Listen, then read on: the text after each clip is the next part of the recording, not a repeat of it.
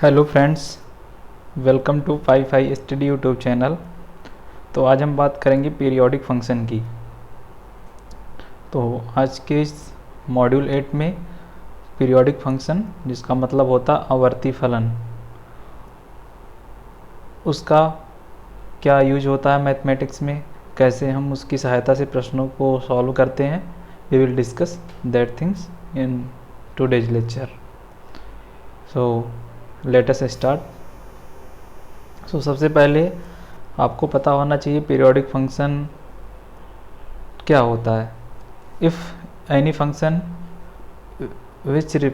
Any function there graphical plot repeat their value at some interval, like if you are plotting any function and it is going to repeat its initial position again, then it is called periodic function.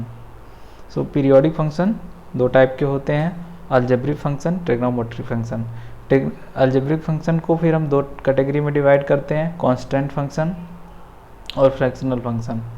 तो constant function जो होता है वो periodic होता है, but इसका कोई fundamental period नहीं होता। फ्रैक्शनल फंक्शन क्या होते हैं? फ्रैक्शनल फंक्शन, आपने fractional y equal to fractional x देखा, उसका ग्राफ देखा, तो 0 से 1 के बीच में लाई करता है। तो फ्रैक्शनल फंक्शन 0 से स्टार्ट होकर 1 तक जाता है, फिर 0 से स्टार्ट तक 1 से जाता है। जैसे जैसे आपका इंटरवल आगे x एक्सिस पे बढ़ता जाता है, पीरियोडिक जो उसकी वैल्यू है 1 ही रहती है, मतलब फ्रैक्शनल फंक्शन का पीरियड 1 ही होता है। फिर बात करते हैं ट्रिग्नोमेट्रिक फंक्शन। ट्रिग्नोमेट्रिक फंक्शन क्या होता है? ट्रिग्नोमेट्रिक फंक्शन को या फिर आप लीनियर फॉर्म में लिख सकते हैं, जैसे y equal to sine x, और you can operate this with some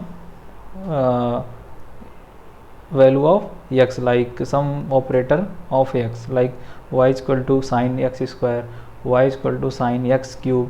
So in this way you can denote the periodic function and you can find the period of that. So next we will consider some function, and we will in this function we will know there are some cases where you can decide either this type of function is periodic or not. Like if you, first example, if it is like y is equal to sine root x, so it is non-periodic function.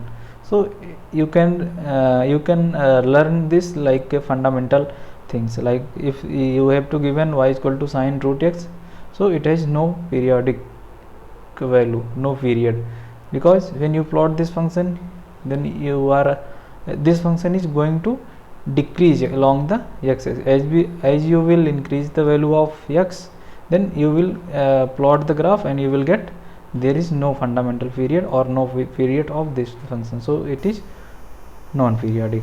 Second, sin square x, this is periodic function, so it has some period. आगे हम बात करेंगे कि इनका period निकालते कैसे हैं, लेकिन अभी जान लें कुछ एग्जांपल के माध्यम से कि how we can calculate the period of that function. And third is e to the power tan inverse tan x, this is also periodic function. Signum e to the power cos x, this is also periodic function. X sin x, this function is non-periodic function. Sin 2x plus 3, it is periodic function. Sin mod x, it is non-periodic function. Cos mod x, it is non-periodic function. So these are some cases where you can learn this type of function is either periodic or non-periodic. In the next slides we will know how we can identify either it is periodic or not. One thing is, like you can plot the graph and you can say at which interval the function is repeating its same value, the graph of function is repeating its same value, so you can identify this. Then again, if now I will tell you some fundamental things.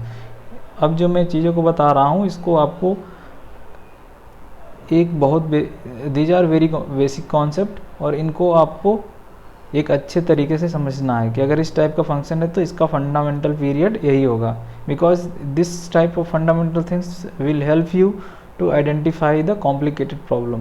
What are the fundamental period if there are any function which is like very complicated, then you can easily find out the fundamental period of that function. So these are the, like, you can learn these things like a concept, and you can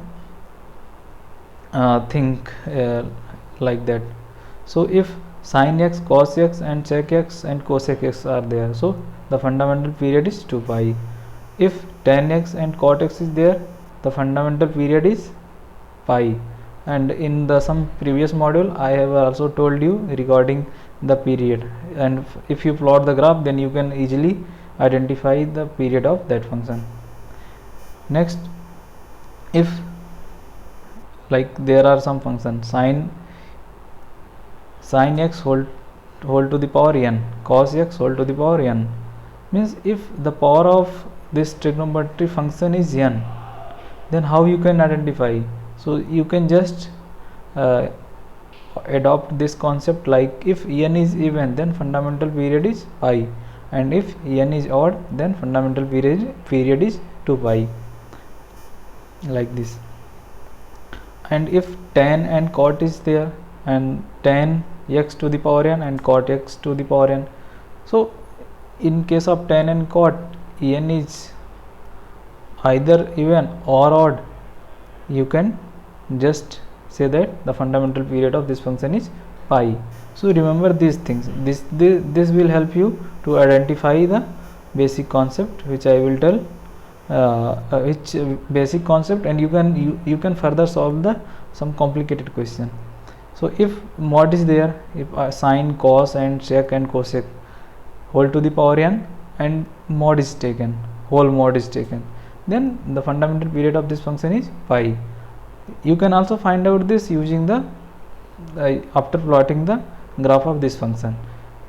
पिछले के कुछ module में हमने आपको जो 1 से लेके 7 तक का मॉड्यूल, उसमें आपको हमने प्लॉट बनाना सिखाया था. आप वहाँ से जाके प्लॉट बनाना सीख सकते हैं. फिर आप ग्राफ बनाने के बाद भी उस फंक्शन को देख करके उसका पीरियड क्या है उसको आसानी से आइडेंटिफाई कर सकते हैं. Then if tan and cot are there, earlier I told if mod is not there, then also fundamental period of tan and cot whole to the power n is equal to pi. If mod is there, then the period is also pi. If sin ax plus b is there, so how you will take the fundamental period of this function? So if whatever the like here you can see sin ax plus b, if sin x is there, then period is 2 pi, but here the coefficient of x is a. So if this type of pattern is there, like sin ax plus b, cos ax plus b, sec ax plus b, cosec ax plus b, then first you have to write the fundamental period of sin x. So fundamental period of sin x is 2 pi, and the coefficient of x is whatever the coefficient of x is, like in यहाँ पे x का जो coefficient है a है, तो आप mod a से divide कर दीजिए, तो आपका वो फंडामेंटल पीरियड उस फंक्शन का मिल जाएगा. b का यहाँ पे कोई यूज नहीं है. Then in case of tan and cot, like tan ax plus b, the fundamental period of tan x equal to pi. तो यहाँ पे जो x का कोफिशिएंट है a है, a से आप मॉड a से डिवाइड कर दीजिए, आपको tan ax प्लस b का फंडामेंटल पीरियड मिल जाएगा, cot ax प्लस b का फंडामेंटल पीरियड मिल जाएगा. फिर बात करते हैं अगर sin ax plus b whole to the power n है, इसी प्रकार cos को यूज किया है, sec को यूज की अगर आपने किया है और tan को किया है, तो यहाँ पर भी वही कॉन्सेप्ट यूज होगा जो हमने पीछे बताया. अगर n की वैल्यू इवन है तो जो इसका जो फंडामेंटल पीरियड होगा पाई होगा, अगर ऑड है तो 2 पाई होगा. अब जो यहाँ पे x का कोफिशिएंट a है, मॉड a से आपको डिवाइड कर देना है. एक चीज़ और आपको ध्यान रखना, फंडामेंटल पीरियड की वैल्यू कभी नेगेटिव नहीं होती है, इसलिए हमने यहाँ पे पाई बाई मॉड a से डिवाइड किया है, क्योंकि पीरियड क्या होता है, जस्ट ए नंबर होता है. Eight which cycle the function is repeating it's, after which cycle the function is repeating it's initial value. So that is called the period of the function, आवर्तकाल जिसको हिंदी में बोलते हैं. इसी प्रकार tan में क्या होता है, tan ax plus b whole to the power n, इसका क्या होता है पाई बाई मॉड a होता है. क्योंकि ये 10 के केस में या तो n इवन है और ऑड है, कुछ भी है, वहाँ पे आपको पाई बाई मॉड ए लिख देना है। फिर बात करते हैं कि अगर इन सभी फंक्शन का मॉड ले लिया गया, sine, cos, sec, cosec, tan and cot, इन 6 टाइप के फंक्शन का अगर हमने मॉड ले लिया है तो इसका पीरियड हमने पता है पाई होता है। अब इनके जो कोफिशिएंट आप उससे डिवाइड कर दीजिए, तो इन सब का फंडामेंटल पीरियड और इन सब का जो आवर्तकाल होगा पाई बाई मॉड ए होगा। फिर बात करते हैं कुछ क्वेश्चंस की। तो यहाँ पे पहला क्वेश्चन है कि find the period of F X equal to 2x by pi minus greatest integer 2x by pi. अब यहाँ पे हमने आपको पहले बताया था जो ग्रेटेस्ट इंटीजर फंक्शन बताते टाइम उसकी कुछ 4 प्रॉपर्टी बताई थी कि अगर x minus greatest integer x है तो उसको क्या लिख सकते हैं, फ्रैक्शनल x लिख सकते हैं। और फ्रैक्शनल x का जो फंडामेंटल पीरियड होता है वो 1 होता है। लेकिन हमने बताया कि अगर x के साथ जो भी कोफिशिएंट, अगर फ्रैक्शनल x है तब उसका फंडामेंटल पीरियड 1 है, लेकिन अगर x के साथ जो भी कोफिशिएंट है, कुछ कोफिशिएंट दिया, लाइक यहाँ पे F X equal to fractional 2x by pi दिया है, यहाँ पे x का कोफिशिएंट क्या है, 2 बाई पाई है। अब 2 बाई पाई से आपको डिवाइड कर देना है, तो 1/2 by pi equal to pi by 2 इसका फंडामेंटल पीरियड आ गया। फिर बात करते हैं F X equal to E to the power X plus cos pi X to the power 4 minus greater integer X plus sine square pi X. तो यहाँ पे अब हम एक चीज़ करेंगे, यहाँ पे आपको दिया गया है कि x और x minus greatest integer x को एक साथ करके इसको फ्रैक्शनल x लिख दें, cos को ऐसे रहने दें और साइन स्क्वायर पाई x को ऐसे रहने दें। अब इसका पीरियड निकालते टाइम क्या करेंगे, जो ग्रेटेस्ट इंटीजर जो फ्रैक्शनल x होता है उसका फंडामेंटल पीरियड कितना होता है, 1 होता है। cos का फंडामेंटल, cos की पावर यहाँ पे 4 है, इसका मतलब इवन है, इसका पीरियड कितना हुआ, 1 हुआ। और साइन स्क्वायर इवन है, पावर इवन है, तो इसका पीरियड कितना होगा, तो इसका मतलब इस फंक्शन का जो पीरियड है, आवर्तकाल है, वो 1 है। फिर कंडीशन फॉर पीरियोडिक फंक्शन, अगर F X plus T equal to F X लिखा गया है, अगर कोई भी फंक्शन आपको कोई दे दे कि like F X plus pi equal to F X, तो बताइए वहाँ पे उसका पीरियड क्या होगा। तो एक्स के साथ जो भी ऐड किया गया कांस्टेंट वही आपका फंडामेंटल पीरियड होता है। एक केस ये आपको जानना है। This is your concept and you can learn this thing in this way. If there is numerator and denominator type का, न्यूमरेटर और डिनोमिनेटर टाइप का केस है, तो आप क्या करिए, पहले न्यूमरेटर में जितने भी जो भी फंक्शन आप लिखा गया उसका अलग अलग फंडामेंटल पीरियड निकालिए और उसका एलसीएम ले लीजिए, लीस्ट कॉमन जो वैल्यू होती है एलसीएम, लासापा जिसको हिंदी में बोलते हैं, एलसीएम ले लीजिए। लोएस्ट कॉमन एंड डिनोमिनेटर के केस में एचसीएफ, मतलब हर का जो है उसको मासा ले लीजिए। तो आप इस प्रकार से इसको कैलकुलेट कर सकते हैं।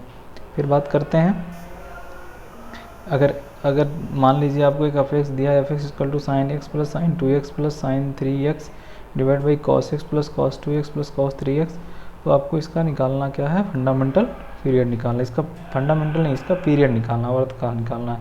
तो हम क्या करेंगे, सबसे पहले जो ऊपर जो sign X plus sine 2x plus sine 3x दिया है, इसका एलसीएम निकालेंगे। इसका एलसीएम कितना आता है, पहले का क्या होगा, साइन एक्स का 2 पाई, दूसरे का क्या होगा 2x का 2 पाई बाई 2 पाई होगा, तीसरे का क्या होगा 2 पाई बाई 3। इस प्रकार इसका एलसीएम लेंगे तो कितना आएगा, 2 आएगा। और नीचे जो है cos 2 cos x cos 2x and cos 3x, इसका एचसीएफ लेंगे। एचसीएफ मतलब क्या होता है, मासापा, इसको बोलते हैं हाईएस्ट कॉमन फैक्टर। तो जो कॉमन फैक्टर डिनोमिनेटर में उसको लेते हैं, तो इस केस में 2 पाई और 2 पाई बाई 3 का जो हाईएस्ट कॉमन फैक्टर होगा वो 1 आता है। तो इसका मतलब या इसका पीरियड 2 पाई है।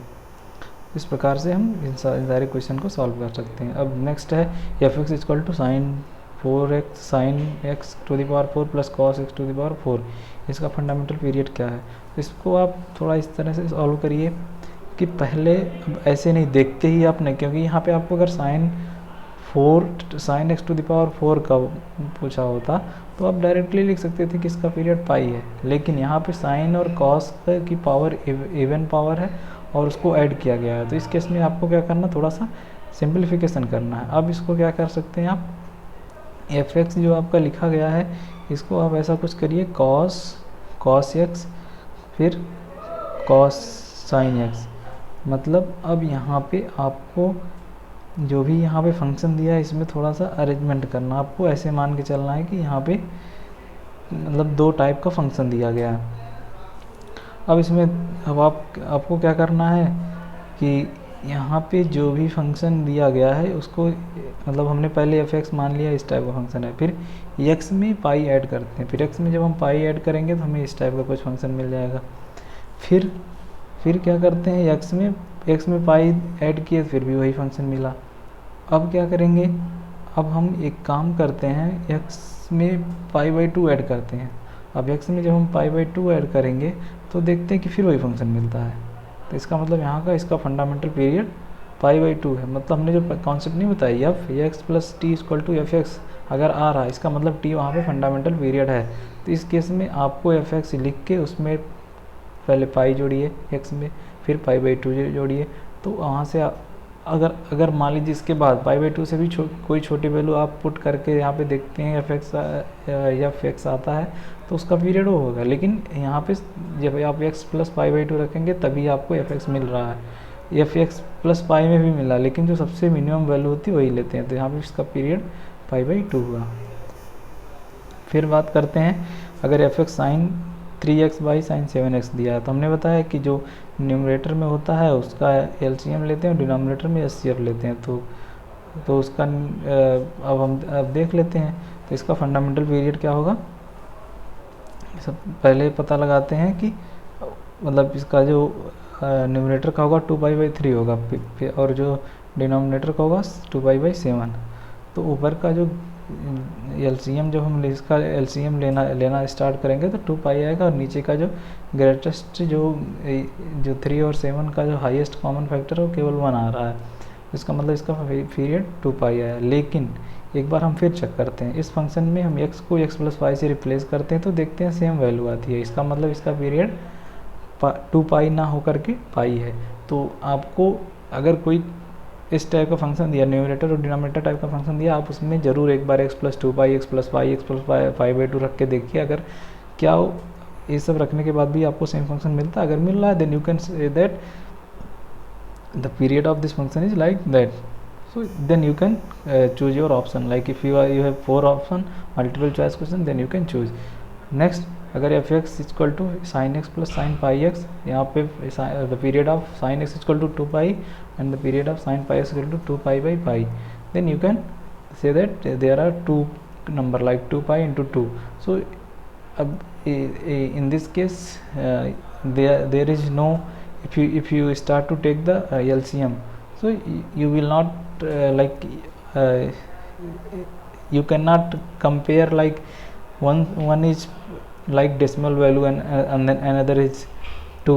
So this is non-periodic function. Like if the nature of function is different then you cannot take LCM or SCF type of this function. So this is non-periodic function. So this you have to remember this case. Then again, yeah, if fx is equal to sin ax plus sin bx, so if a and b both are rational then जो function is periodic. अब rational और irrational क्या होता है आप ध्यान लीजिए। Rational is known as परिमेय संख्या, इरेशनल अपरिमेय संख्या। तो हमने आपको सबसे स्टार्टिंग में ही रेशनल और इरेशनल का डिफिनेशन बताया था। इन case of rational you can write the rational value p by q where q does not equal to 0. So you can go in slide 1 and you can find the fundamental property of rational and irrational function. So there is some kind of there is some kind of doubt or some kind of some discussion about the irrational function. So irrational function, like if pi is there and the value of pi is 22 by 7, so which one is rational and which one is irrational? So you can think about that. We will discuss more detail on irrational in the coming next module. So second, which if a and b both are irrational then function is also periodic. If A and A is rational and B is irrational, like what you have seen in this previous example. In the previous example, in this example, question 2, sin x plus sin pi x. Why it is non-periodic? Because one is rational and another is irrational. So if two trigonometry function is add together, so both the period of both the functions should be like either rational or irrational. The coefficient of this, the coefficient of x either rational or irrational, then the function is period. Otherwise, if any one of them are irrational, then the function is non-periodic.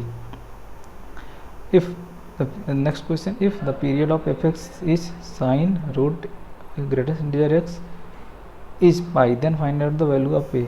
So you know the fundamental period of sine x, sine x, you know the fundamental period of sine x is equal to 2 pi, but the coefficient of a is there.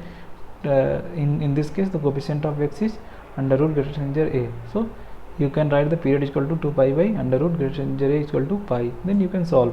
And note that in this case there is use of inequality, what I taught you in my starting module. So if you again have some doubt, you can go to first module and you can revise how you can solve the inequality type of question.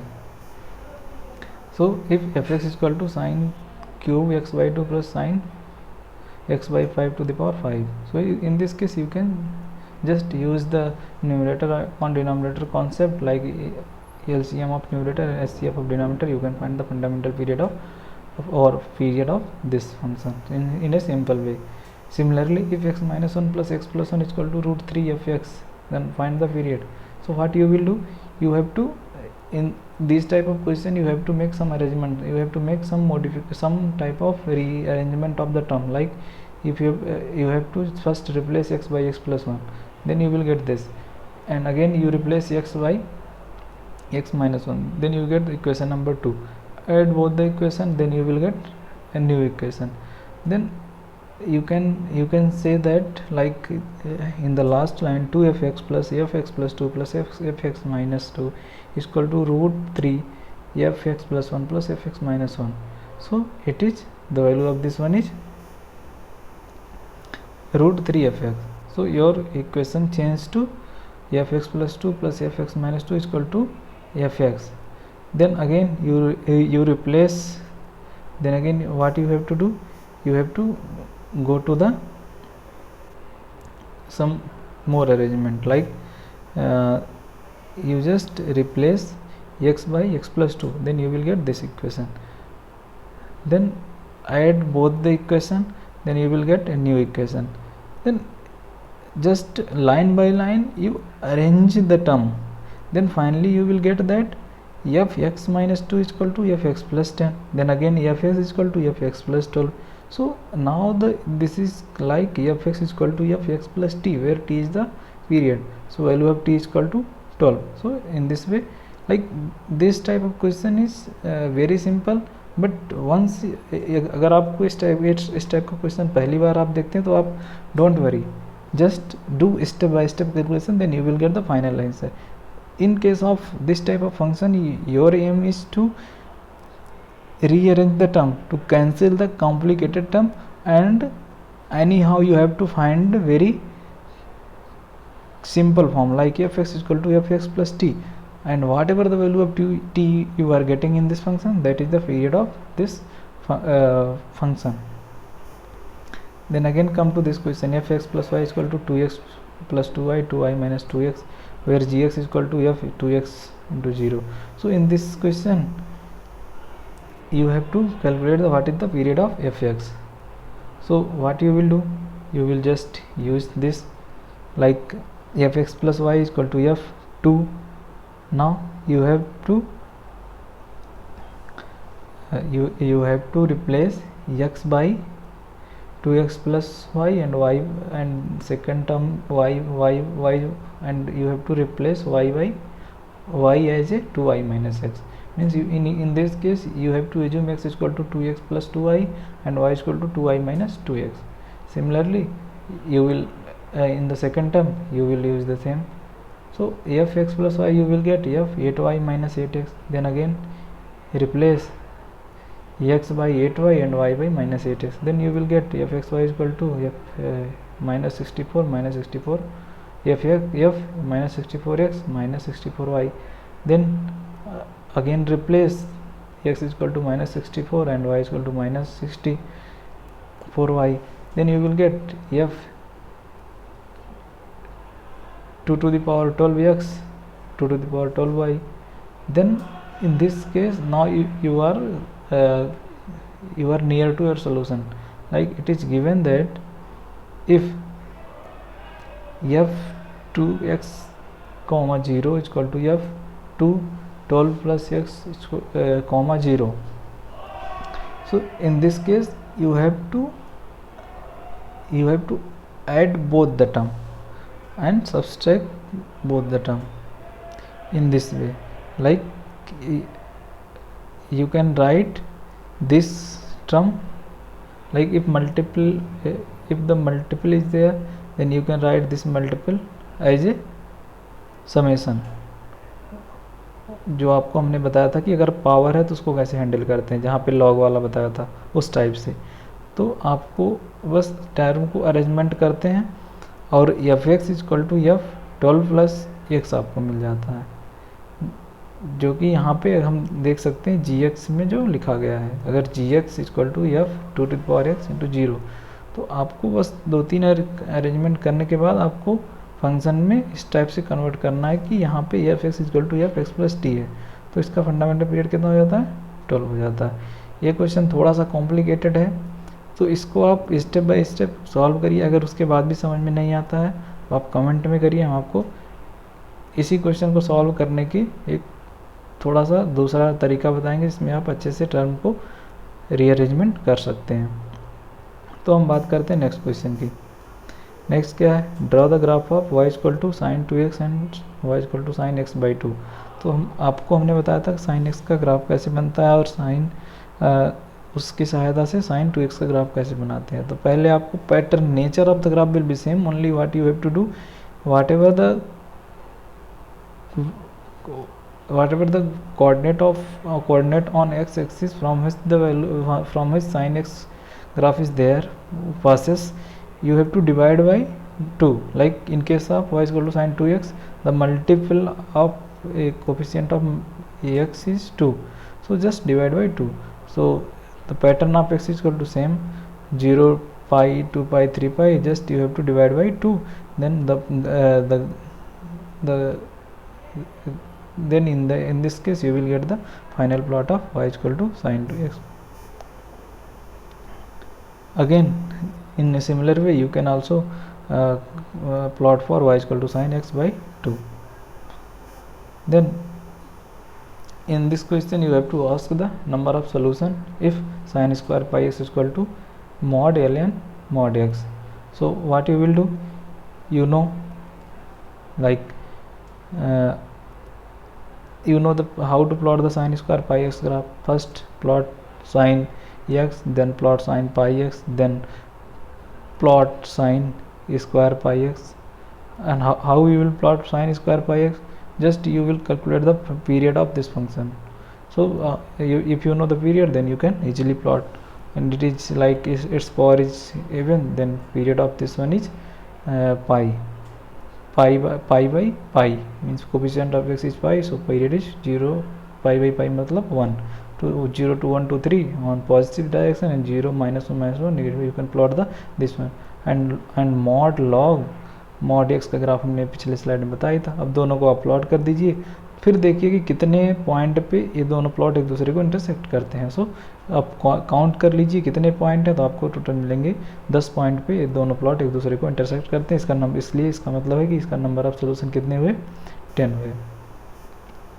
फिर बात करते हैं 7 to the power x 5 mod 5 minus mod x equal to 1. फिर आपको क्या करना है कि जो 7 to the power mod x है उसको दूसरे साइड में ले जाइए और दोनों का प्लॉट बना दीजिए. हमने प्लॉट बनाना आपको पहले ही सिखाया था. फिर आप जहाँ पे दोनों फंक्शन एक दूसरे को इंटरसेक्ट करते हैं उनको मिला दीजिए, फिर आपको नंबर ऑफ सोल्यूशन मिल जाएंगे. फिर अब बात आती है कि हमने बहुत सारी चीज़ें इस मॉड्यूल में बताई आपको। पहली बात, आप 1 से लेकर 7 तक के सभी मॉड्यूल में जितनी सारी चीज़ें बताई गई उसकी प्रैक्टिस करते रहिए।